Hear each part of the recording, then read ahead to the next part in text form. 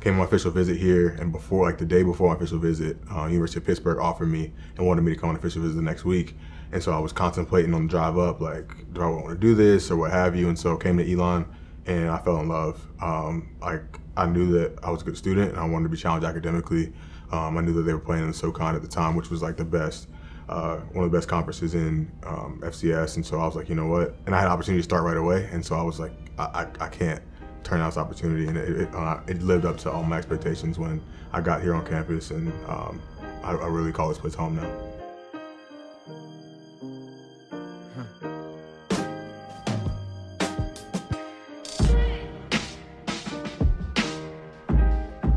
So I graduated in 2015, I moved to Chicago, and ever since then, my first year there, I taught second grade, which was really cool in the west side of Chicago, and now I'm a graduate student at the University of Chicago. I'm a software engineer at Fidelity Investments up in Raleigh, and I just started in September, so I'm still kind of doing the whole training thing right now, but so far I love it, and I code stuff.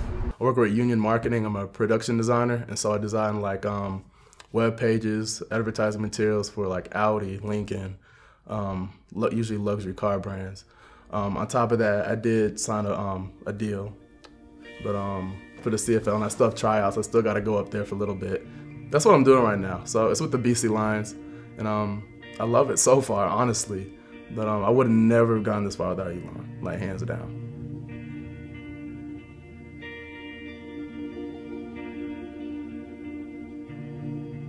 I am subscribed to every college sports streaming thing. I pay monthly fees to watch Elon play every single weekend, and it's incredible.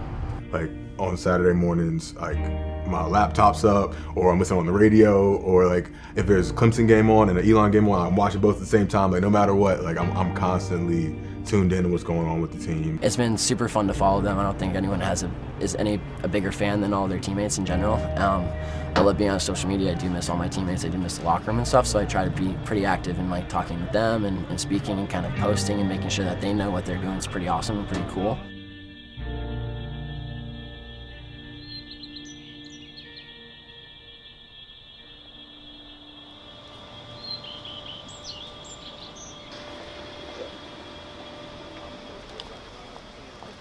This is honestly my first actual homecoming. So like my 5th year, I was playing on homecoming when all my friends came back, and then last year I was unable to make it. And so like I was like, you know what, especially as well as the guys are playing, like no matter what, I was gonna make sure I was here. And so guys like Connor, Chris Blair, Messer, like all those guys, Jay Jack, all those guys that I kind of either helped bring in or play with, Oli, Higgy, like so many of those guys that are all doing really well and playing well on the field right now. It's just crazy to see them grow up, and I'm so glad and so excited to see them and see them play. To be honest, I wasn't going to come at all this year from across the country, but we were doing so well, and everyone was like, yo, we should all go back. It'd be super fun.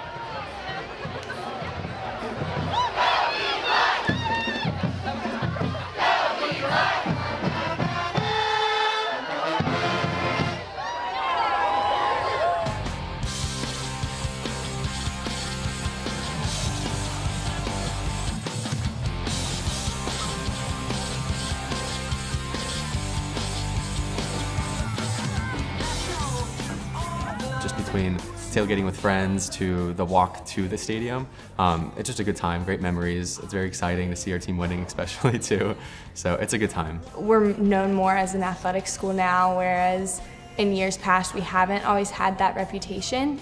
So I think it definitely attracts a different type of student as well as a broader range of students. I just enjoy having Elon spirit as a whole. Whether we're winning or not, I'm going to be there screaming, trying to lose my voice. That's usually my end game.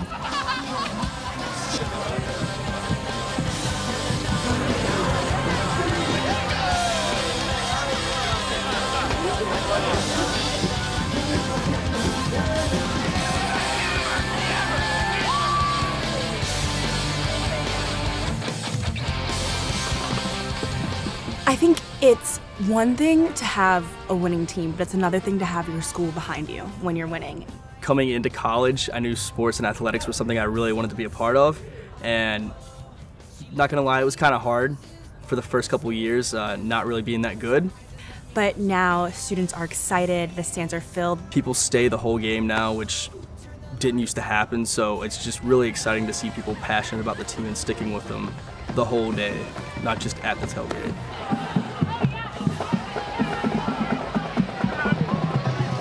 Yes, sir. Thank you very much. Appreciate it. And quarterback number 26, Daniel Reed-Bennett.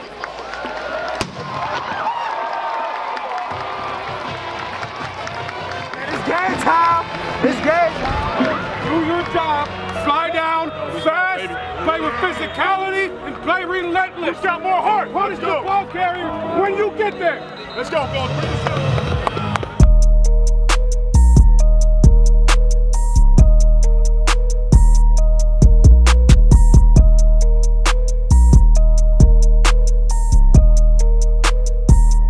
I think we've always had a solid defense. Our defense has always been there for us. Even when I played, they were always solid. And our offense just seemed to never really click. And it's just kind of cool to see these players run all over the field. The running game has been picked up. I know a lot of the kids below me, linemen, are in the redshirt senior year. So those guys have been around for 5 years and kind of really putting their foot down. But I imagine the coaching is just, it's really kind of getting everybody on the same page. We had great coaches before, but for some reason this coach is clicking with these guys. The change in the coaching staff is what affected the whole winning thing. Because the thing is, the talent's already there. It's because you saw, like, we went from what, like 2-10 to now this. So in just 1 year change, like, it's definitely not the kids. It's not us. Like, it's definitely the coaching staff that changed that fast.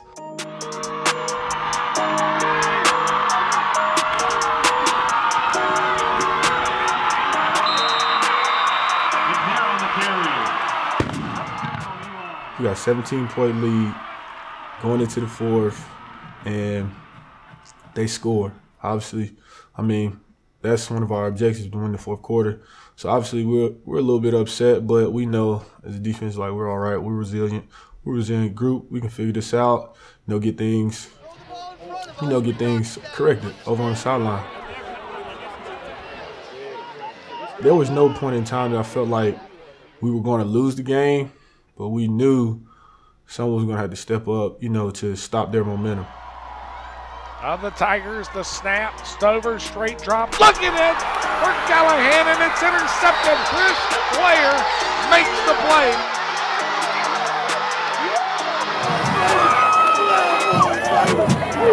Yes, sir! Yes, sir! In the fourth quarter, obviously they scored 17 unanswered points. What we cannot have is a penalty, okay? So we cannot extend this game with a penalty. There's 2 seconds left. Towson, one final chance. Liggs and Christensen standing about the 3. Stover will simply load up and fire. Got a man out there. Intercepted. Greg Liggs comes away with it. We'll go to overtime. Keep your composure. Let's keep our composure. Let's go get it done.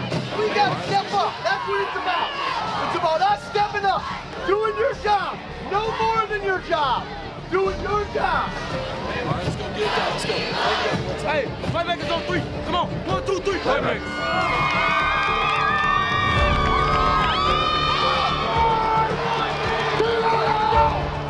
And then we went into overtime, and really we stopped them when it mattered.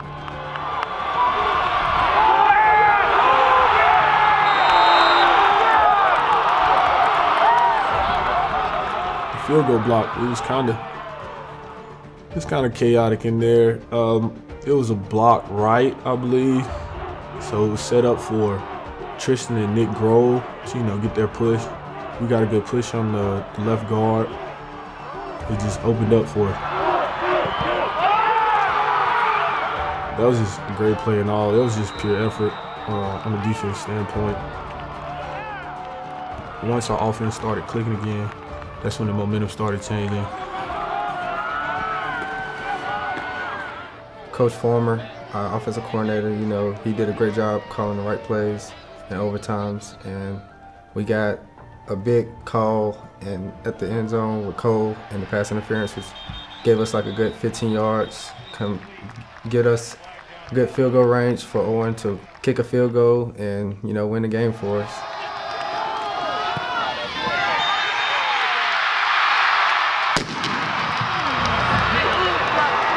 Ball game's in. Your final score in 2 overtime. Elon 43 and Thompson 40. I'm so happy for them, and it's kind of bittersweet because I didn't have really any of that success the 4 years I was here, but I'm so happy for all of them. They all, they deserve it, they've earned it, and they worked for it, and so it's awesome to see. It's been absolutely amazing, like to be a part, to feel like I'm a part of it, even though I'm so far away.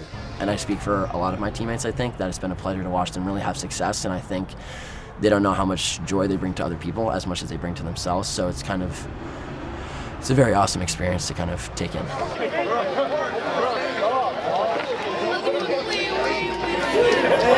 I guess from an entertainment value standpoint, we might as well kind of finish like that instead of having a decisive win like we could have had.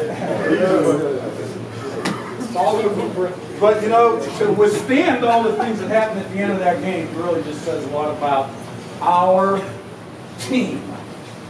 Our team. Let's take a roll, boys! Yeah!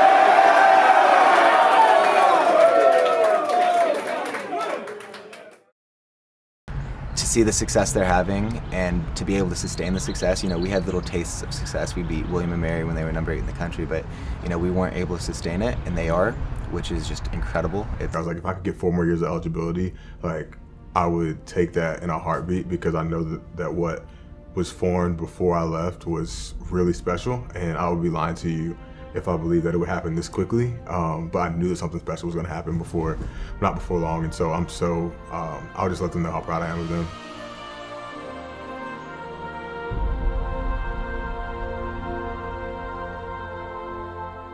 I think they know that they're doing something special.